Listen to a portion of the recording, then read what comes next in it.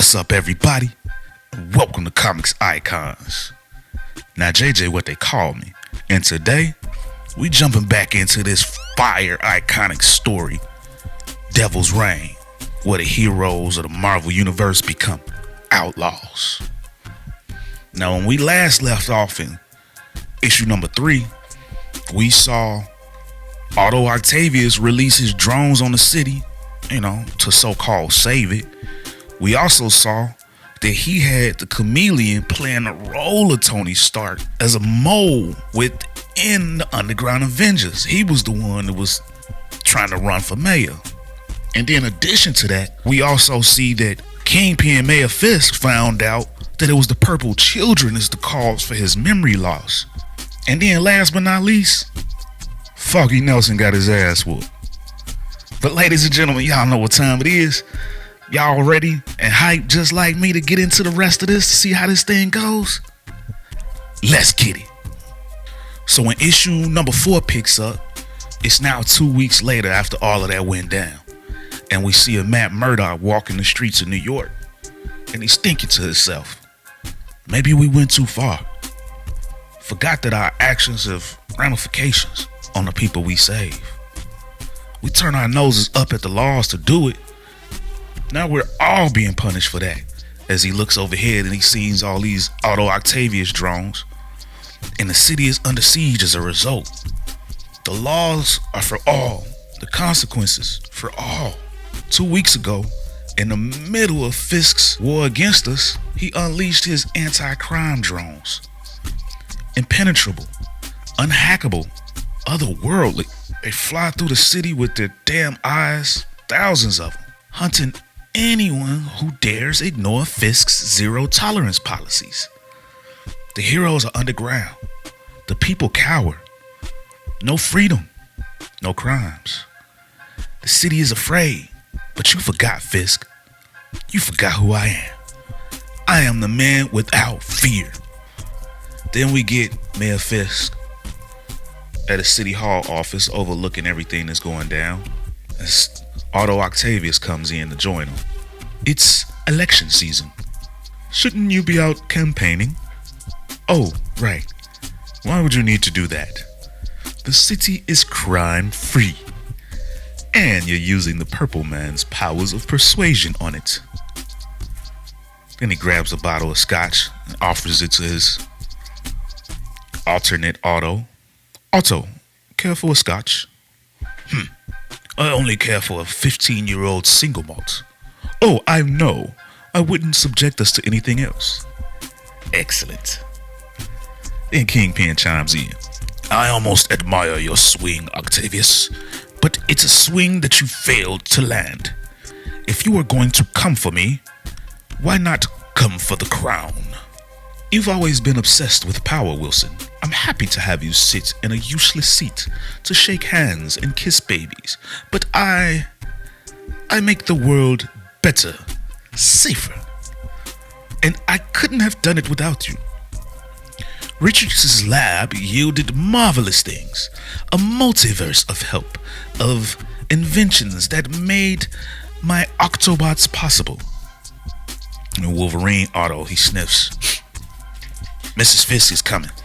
I can smell her perfume. Cheap, low class. Well, then we should go. She's the violent type, and we don't want to have to kill her. And I almost forgot why I came. I wanted to deliver the news in person, Wilson. Crime is down, which means we've arrested your criminal son. Then we transition over to the hospital where Foggy Nelson is at. Remember, he just got his ass whooped. As Matt Murdock, Daredevil, comes to visit him. Foggy, you still awake? You know I am, Matt.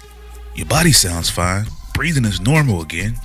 Buddy, you've been here every day for 2 weeks. It's okay. I'm gonna be fine. It's not okay. This is my fault, Foggy. If I hadn't poked Fisk, or if I had just taken him down years ago. Matt, shut up. Just shut up. My God. Do you think you're somehow the only person with free will? I chose to stand against Fisk. I put myself in harm's way. I can be a hero too, damn it. But your damn Catholic guilt Just has to make it all about you, the beleaguered hero. Well, I absolve you, my son. Now, please just drop it. Fine, I'm sorry, Foggy. I know I can get up my own. Wait, someone's coming. Someone. Then he realizes who it is. It's his twin brother, Mike, who had been posing as Matt. What are you doing here, Mike? Whoa, can a guy, pretending to be his brother visit his brother's old friend? Don't. I know you're lying. Look, maybe I was hoping I'd run into you. My partner Butch, he's been arrested. I want to help you take Fist down, man, for good. I'm worried that when Butch gets out, he's gonna, I don't know, he's changed, man. No, you're a grifter.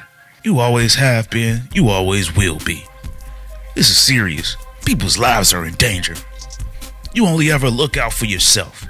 So whatever your game is, I'm not having it. Man, damn. You don't know me. You're as sanctimonious as Matt. Hey. And that's when Foggy's partner shows up. Everything okay? Kirsten, I'm sorry you had to. It's okay. How's Foggy? He's good. All things considered, everything spiraled out of control. My friends are getting hurt. The city is, I don't know what I'm gonna do. How can I mean, she lays a big old wet one on him.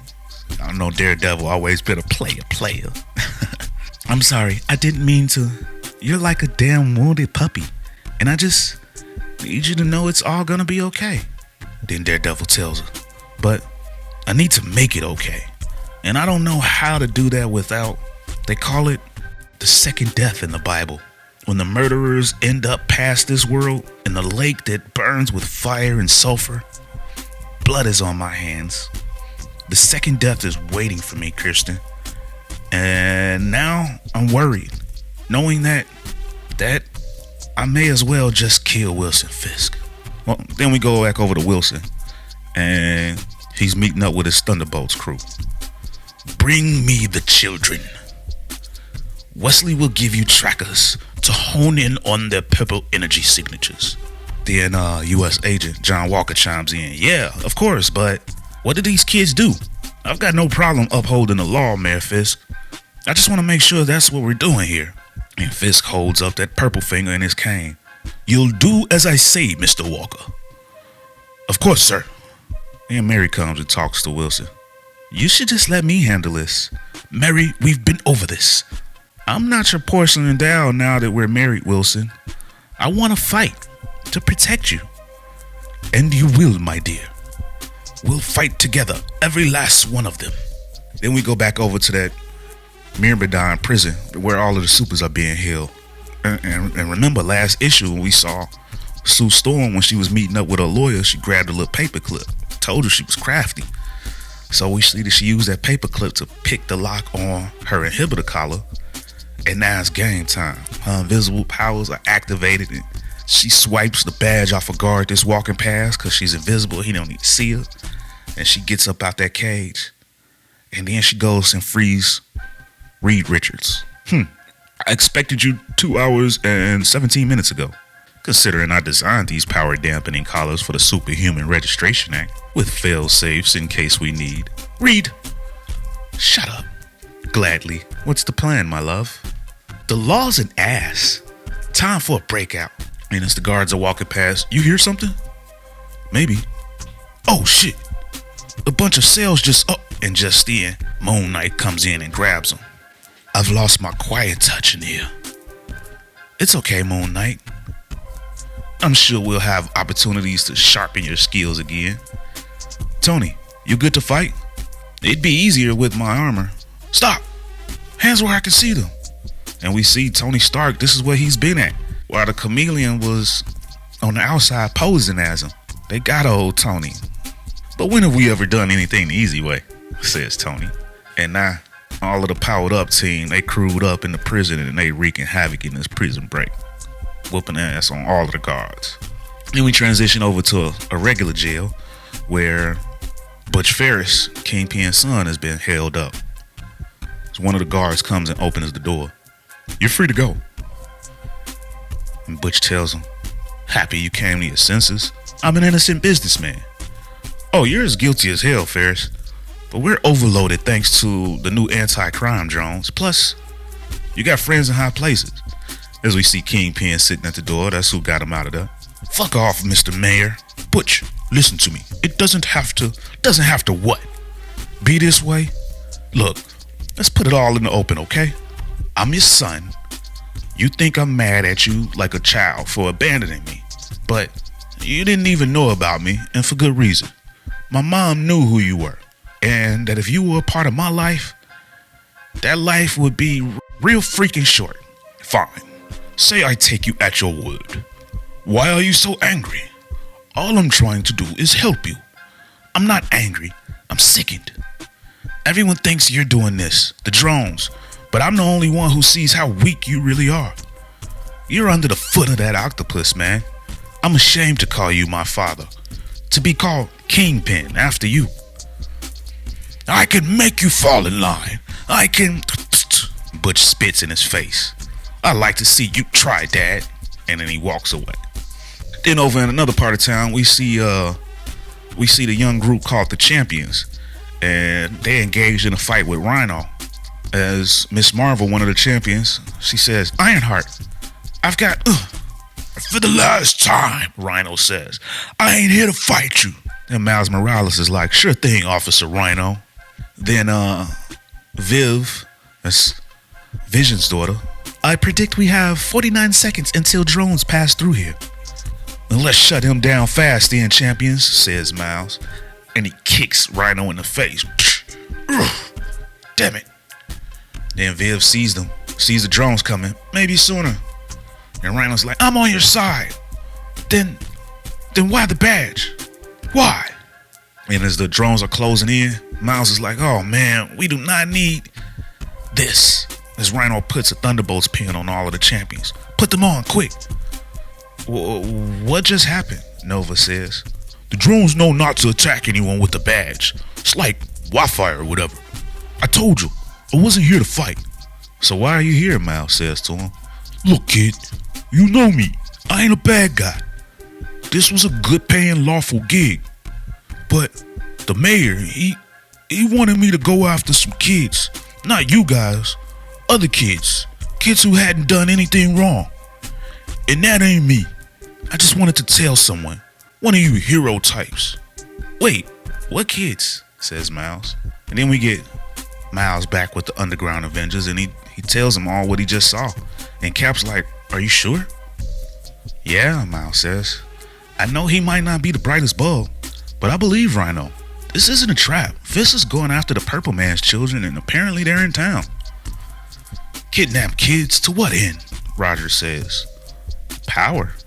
Right now, he's only able to subtly manipulate the population," She-Hulk says to him. "If he gets the children, he wins the election in the minds of the city," Luke Cage chimes in. And then Jessica Jones jumps in. "I'm sick of this.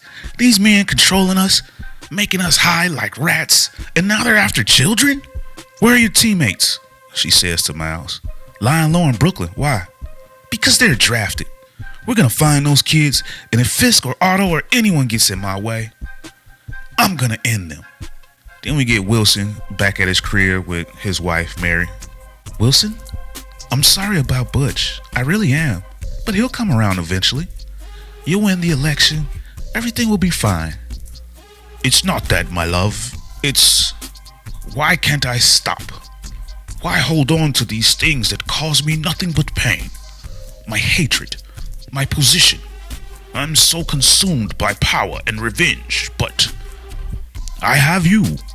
I think about our fiery beginnings and how it gave way to something more powerful, more beautiful. I think back on the first time we made love, after battle, and now I find I no longer need the battle to find that level of satisfaction." "Oh, Wilson, I feel the same way. Even though I don't even really remember our first time. Years of treatments and trauma have robbed me of so much. But I still hold on to the feeling. I wish we both had those memories. It doesn't feel fair. I wish you could remember, he says to Mary while he's holding the cane with the purple finger. My God, Mary, I didn't mean to. The cane. No, don't be. I remember. What a gift. That power. It's remarkable. I had no idea it could do that. Neither did I. And now he's freaking out. He's getting an epiphany and he runs off. Honey, I need air, space. The weight of years is crushing me, he thinks to himself. The weight of that hate that I so desperately need to let go of, or be consumed by like the fire of a phoenix, so I can. Then he holds the cane up to himself. Remember. And just then it all comes to him and under the storm and the lightning rushing to him. And then he thinks, he remembers Matt Murdock. He remembers who Daredevil is now. Oh, it's game over now. And ladies and gentlemen, y'all know how this thing goes. That's the end of the issue. Oh, it's going down. The stakes keep going up. This Devil's Reign been super fire, ladies and gentlemen. I'm trying to tell you. But yeah, I definitely can't wait to the 5th issue, man. It's getting closer to the end and things are heating up. And also, I mentioned it in the last video. I also got a post going around, but looking for the next iconic storyline to get into after we finish Devil's Reign. And right now I'm between Time Runs Out, which is the prelude to Secret Wars. And there's the King in Black story about the god of the symbiotes, Noel. And then there's Original Sin, where the Watcher is killed and all of the secrets get let out. So which one of those stories y'all really want to get into? Y'all let me know in those comments. But man, if y'all rocking with the boy and y'all like the way it's going down, help your brother out. Drop a like, share, and subscribe to this thing, man, for more icons in the world of comics. But yeah, ladies and gentlemen, I'm out.